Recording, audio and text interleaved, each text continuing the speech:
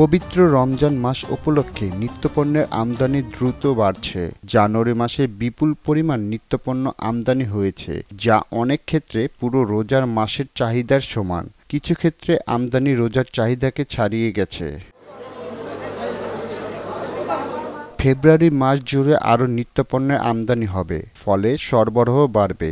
রাজনৈতিক পট পরিবর্তন পর বড় কয়েকটি শিল্প গ্রুপের আমদানি কমে যাওয়ায় বাজারে সরবরাহের প্রভাব পড়ার আশঙ্কা ছিল। এখন দেখা যাচ্ছে পুরনো আমদানিকারকদের কেউ কেউ নতুন করে সক্রিয় হয়েছেন।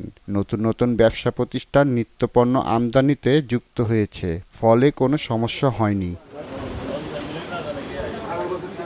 বাজারে দাম কমবে কিনা তা নির্ভর করছে পণ্যের আমদানির মূল্যের উপর। বাজার বিশ্লেষকরা বলছেন, মূল্য যাতে বেড়ে না যায় সেজন্য নিত্যপণ্যের সরবরাহ ব্যবস্থা নিয়মিত তদারকি করা দরকার। রোজার পণ্যের সরবরাহ পরিস্থিতি ও দাম নিয়ে জানতে চাইলে এ খাতের শীর্ষস্থানীয় প্রতিষ্ঠান টিকে গ্রুপের পরিচালক মোস্তফা হায়দার বলেন, জানুয়ারিতে আমদানি বেড়েছে।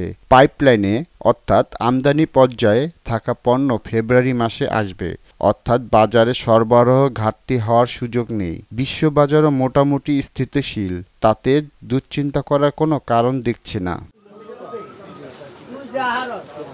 আমদানি বাড়ানো ও মূল্য নিয়ন্ত্রণে রাখতে অন্তর্বর্তী সরকার ভোজ্য তেল, চিনি, পেঁয়াজ, আলু, খেজুর সহ বিভিন্ন পণ্য শুল্ক ছাড় দিয়েছিল। পাশাপাশি ঋণপত্র খুলতে এখন মার্কিন ডলারের সংকটও অনেকটা কেটেছে। সব মিলিয়ে আমদানিতে উৎসাহ বেড়েছে।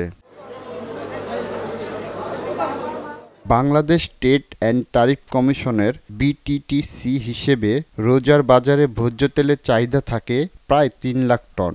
জাতীয় রাজস্ব বোর্ড এনবিআর ও চট্টগ্রাম কাস্টমসের তথ্যে দেখা যায়, জানুয়ারি মাসের প্রথম ২৯ দিনে সয়াবিন ও পাম তেল আমদানি হয়েছে প্রায় ৪ লাখ টন।